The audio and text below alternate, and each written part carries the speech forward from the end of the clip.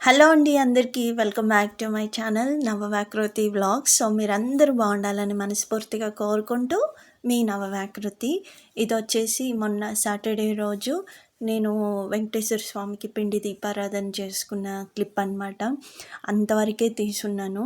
So Sunday రోజు అయితే అస్సలు తీయలేదు. ఎందుకు అంటే సాటర్డే రోజు కాకరకాయ ఫ్రై చేసేసుకొని అదే వేసుకొని తిని మళ్ళీ సండే రోజుకి ఎలాగో గ్రహణం స్టార్ట్ అవుతుంది కాబట్టి ఆ కాకరకాయతోని పేరపుగా కొంచెం ముద్దపప్పు వండుకొని సో సండే అయితే ఫినిష్ చేసామన్నమాట. సో అది వ్లాగ్ అసలు కంటెంటే లేదు, అందుకోసమని నేను వ్లాగ్ అయితే ఏం షూట్ చేయలేదు. ఇంకా అలా కంటిన్యూ చేస్తూ మండే నుంచి అయితే వ్లాగ్ కంటిన్యూ చేశాను అనమాట. సో గ్రహణం వీడిన తర్వాత పొద్దున్నే ఇంకా లేచేసి ఇదిగోండి తులసమ్మ వారి దగ్గర పూజ కూడా చేసేసుకున్నాను సాటర్డే రోజు. సో వీడియో కూడా లేట్ అయిపోయింది, చాలా ఏమనుకోవద్దు. ఎందుకు అంటే నాకు సిగ్నల్స్ రాక సిమ్ చేంజ్ చేద్దామని పోతే ఆయనేమో బిల్ కట్టావు కదమ్మా నెక్స్ట్ మంత్ అన్నారు. ఇక చేసేదేమీ లేక మళ్ళీ ఫోన్ తెచ్చేసుకున్నా. కొంచెం ఫోన్ కూడా స్ట్రక్ అవుతూ ఉంటే చూపిస్తాను అనమాట. సో అది సంగతి. ఇంకా మండే రోజు పొద్దున్నే లేచాను. మామూలుగా అయితే నేను 4:45కి అట్లా లేస్తూ ఉంటా. సో మండే రోజు ఎట్లాగో గ్రహణం ఉంది, మళ్ళీ అందరం వెళ్ళిపోవాలి కాబట్టి పిల్లలు నేను, సో అందుకోసమనే 4:30కి అట్లా లేచున్నాను. అప్పటికే లేచారండి.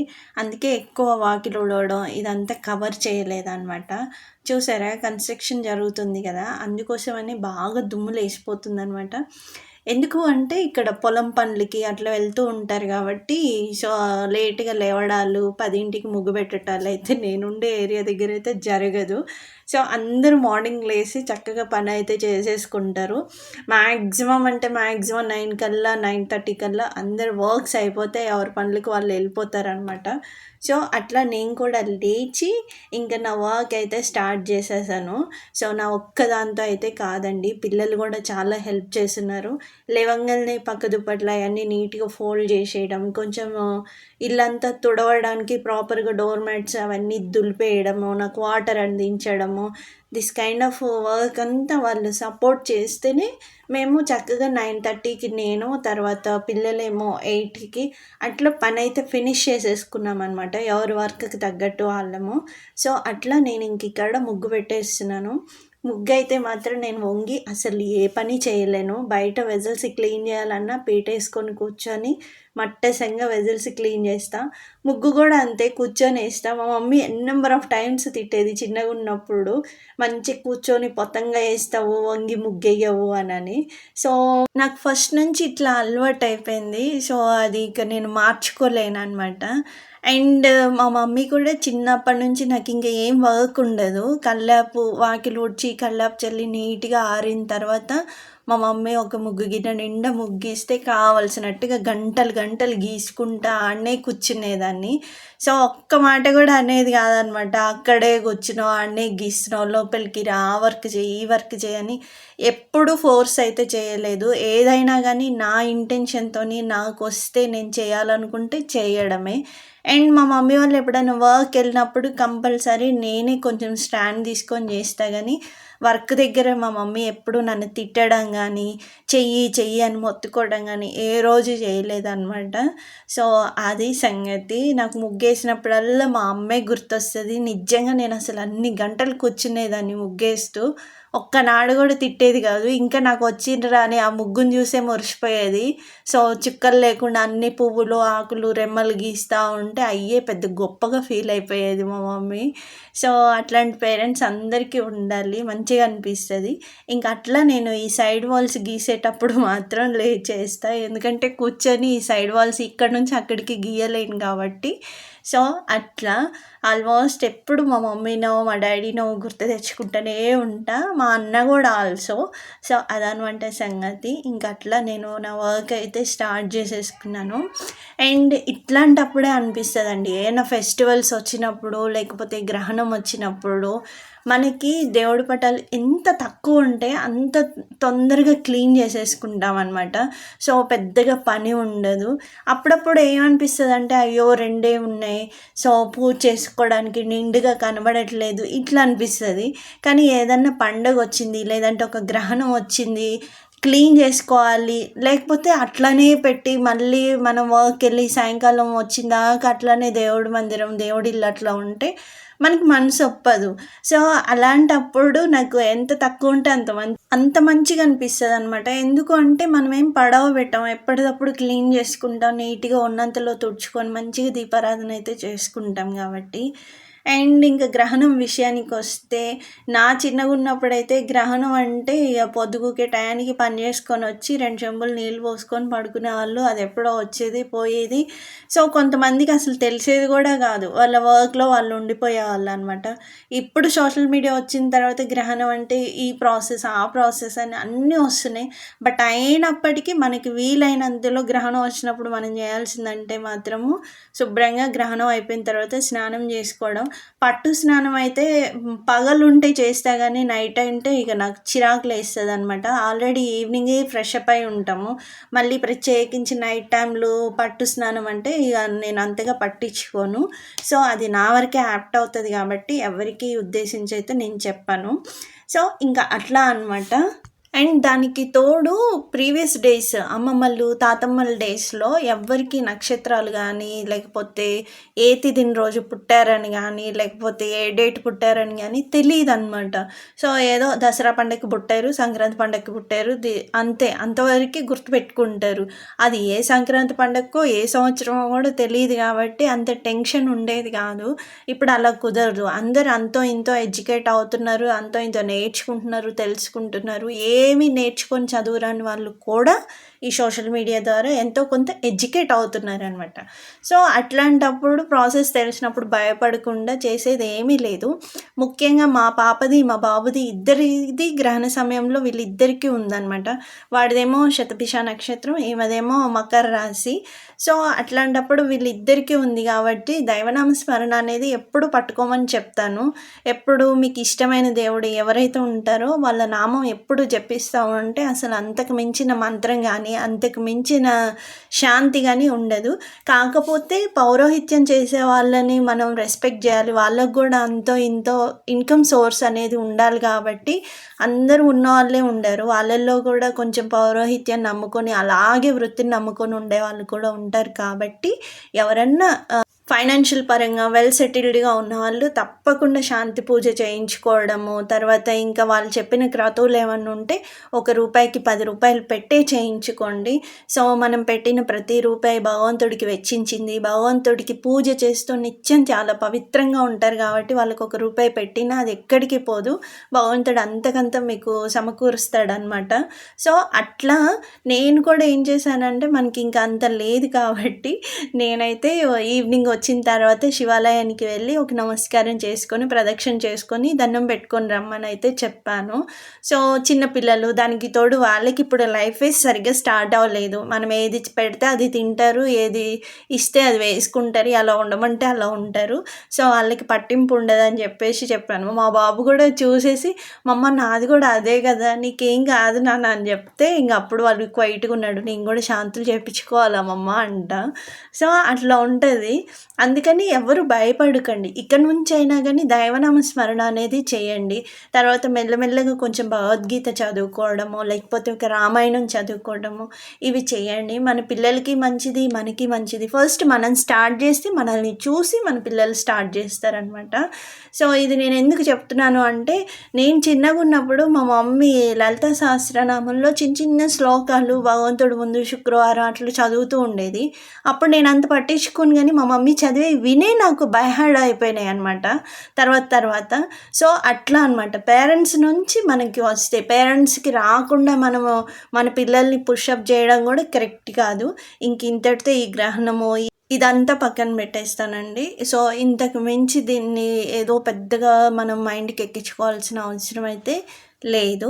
ఇంకా అట్లా నేను ఫ్రెష్ అప్ అయ్యి వచ్చిన తర్వాత సో, కంప్లీట్‌గా స్నానం చేసుకొని పొయ్యి వెలిగించాలి కాబట్టి ఇల్లంతా శుభ్రం చేసేసుకున్నా. ఒక పక్క మా బాబు దేవుడి సంబరాలంతా క్లీన్ చేసేసుకొని నీట్‌గా సర్దేశాడనమాట. సో, ఇంక నేను వెజిటబుల్స్ ఇవన్నీ కట్ చేయడం టైం అయిపోతూ ఉంటుంది. అందుకోసం అని చెప్పేసి ఆలుగడ్డలు కట్ చేసి కుక్కర్‌లో 2 విజిల్లు పెట్టేశాను. మంచిగా ఉడికిపోయినాయి. అట్లనే తాలింపేస్తే బాక్సులకి సెట్ అయిపోతుందనమాట. సో, నా వరకు నేను చెప్పేదేంటంటే ఇంకొక్క విషయము, ఎప్పుడైనా పండుగలప్పుడు, ఒక ఫెస్టివల్స్ అప్పుడు భగవంతుడి ఆరాధన చాలా తొందరగా అయిపోవాలి, మనకి చిరాకుగా అనిపించకూడదు, పెద్ద పనిలాగా అనిపించకూడదు అనుకుంటే, మీ కులదైవంతో పాటు మీకు ఇష్టదైవాన్ని ఒక 2, 3 పటాలు గానీ, చిన్న అంగుష్ట మాత్రం విగ్రహాలు గానీ పెట్టుకొని పూజ చేసుకుంటే, అసలు ఎప్పుడు దేవుడి మందిరం అయితే మనము నీట్‌గా లేకుండా అయితే ఉంచము. సో, నా వరకు వస్తే నాకు కుదరని ఒక 5 డేస్ తప్ప మిగిలిన అన్ని రోజుల్లో మా వాడో, నేనో, మా పాపో ఎప్పుడు కుదిరితే అప్పుడు దీపారాధన అయితే చేస్తూనే ఉంటాము తులసమ్మ వారి దగ్గర కూడా. సో, అదనమాట సంగతి. ఇట్లాంటప్పుడు ఇలాంటి పండుగలు గానీ, లేకపోతే గ్రహణాలు వచ్చినప్పుడు చాలా అనిపిస్తది. మంచిగా క్విక్‌గా పూజ చేసేసుకుంటాం. నీట్‌గా క్లీన్ చేసేసుకొని. అండ్ ఇంకెవరైనా హెల్పర్స్ ఉంటే మాత్రము కంప్లీట్‌గా మనకి నచ్చినట్టుగా చక్కగా పెట్టుకొని మంచిగా కన్నుల నిండుగా కూడా పూజ చేసేసుకోవచ్చనమాట. సో, ఎవరి వే ఆఫ్ థాట్ వాళ్ళది, ఎవరి టైమింగ్స్ వాళ్ళవి. సో, కొంతమందికి కుదరొచ్చు, కొంతమందికి కుదరకపోయినా వాళ్ళకి ఓపిక ఎక్కువ ఉండి ఇంకా మనకంటే ఫాస్ట్‌గా చేసుకుంటూ కూడా ఓపికగా చేసుకునే వాళ్ళు కూడా ఉంటారనమాట. సో, అది ఎవరిని కూడా మనం పట్టి ఇలాగే ఉండాలి అని మాత్రం జడ్జ్ చేయలేము. అలా ప్రతీదీ జడ్జ్ చేసుకుంటా పోతే వాళ్ళకే విసుగొచ్చేస్తది. ఒకనాడు వదిలేస్తారనమాట. సో, అది భగవంతుడి మీద విసుగు రాకూడదు. మనం చెప్పే మాటలు గానీ, మనం చూపిచ్చేది ఏదైతే ఉందో, సో, అట్లాంటప్పుడు విసుగు రాకుండా ఉండాలి అంటే this kind of way of talking better అని నా ఉద్దేశము. ఎందుకు అంటే ఎవరికి తగ్గట్టుగా వాళ్ళు చేసుకోండి అనుకున్నాం అనుకోండి, వాళ్ళ శక్తిని అనుసరించి వాళ్ళు చేసుకుంటారనమాట. సో, అది సంగతి. అదొక్కటి చెప్దామనుకున్నా. అండ్ ఇక్కడ ఆలుగడ్డలయితే పైపైన అట్లా కట్ చేసేస్తున్నాను. సో, 3 విజిల్సో ఏమో అయిపోయినాయి. మాకు కొంచెం గూసుగా ఉడికిపోయినాయి. అయినా పర్వాలేదు. మనకి టైంకి వర్క్ అవ్వడం ఇంపార్టెంట్. అప్పుడప్పుడు చిన్న మిస్టేక్స్ జరుగుతూ ఉంటాయి. బట్ చేసేదేం లేదనమాట. ఇంకా అట్లా ఆలుగడ్డలు కట్ చేసేసుకొని నేను పొయ్యి సిమ్‌లో పెట్టేసుకొని, సో, ఈ పోపంతా వేగేటప్పటికి ఇవి కట్ చేసేటప్పటికి ఆయిల్ చక్కగా హీట్ అయిపోయిందనమాట. దడా అన్నీ ఏసేస్తున్నాను. చూసారా? నాకు ఈ పోపంటే ఎక్కడ లేని భయమొస్తది. అసలు ఎంత ఫోబియా వచ్చేస్తదో అప్పటికప్పుడే నాకు. ఈ పోపు గానీ, లేకపోతే ఈ డీప్ ఫ్రైవి గానీ చాలా కేర్‌ఫుల్‌గా చేస్తాననమాట. నేను చక్రాలు చేయడము, మొన్న మైసూర్ బోండాలు చేసి చూపియడము, ఇవన్నీ మీకు కెమెరాలో కొంచెం అట్లట్లా కనపడినా గానీ, ఇంటర్నల్‌గా అయితే చాలా టెన్షన్ ఉంటది. ఎందుకు అంటే నాకు చాలా సార్లు చేతుల మీద, ఈ నెక్ పార్ట్‌లో అట్లా ఆయిల్ పడి గూడా చాలా ఇబ్బందయిపోయిందనమాట. సో, ఆ మచ్చలు మళ్ళీ రిమూవ్ అవ్వడానికి అలోవెరా పెట్టడం, అది పెట్టడం, ఇంకా కావాల్సినయన్నీ పూసేయడం, ఇవన్నీ జరుగుతూ ఉంటాయి. అందుకోసమనే నాకు ఆయిల్ అంటే, స్టవ్ దగ్గర ఈ తాలింపులంటే భయం. బట్ మా మమ్మీ ఏస్తే ఉంటది సామి, ఆ బొచ్చలో నుంచయితే ఇంత పెద్ద మంటొస్తది. నేనైతే 2 అంగల్లో ఉరుకుతాను. నేను గాని, మా అన్న గాని. మాకంత భయమేస్తది. ఆ మనిషి అసలు దడవని కూడా దడవదు. మరి అట్లెట్లా పోపేస్తదో నాకైతే తెలవదు. నూనె బాగా మసలబెట్టి టంగుమని ఏస్తదనమాట. సో, నేను మస్తు తలుచుకున్నా మా మమ్మీని ఈసారి మాత్రము. ఇంకా అట్లా దర్బలైతే తినే ఫుడ్ ఐటెమ్స్ మీద అన్నిటి మీద పెట్టేసాం గదా! అదేమైందంటే ఇల్లు మాపు కొట్టుకుంటా అవసరమైనప్పుడల్లా ఇంకా సెల్ఫ్‌లో నుంచి అట్లా రిమూవ్ చేసుకుంటూ చక్కగా కుకింగ్ అయితే స్టార్ట్ చేసేసాను. సో, ఇంటి మీద గూడా యేసుకుంటారు. నీళ్ళ ట్యాంక్ మీద, ఇంటి మీద గూడా వేసుకుంటారనమాట దర్బలు.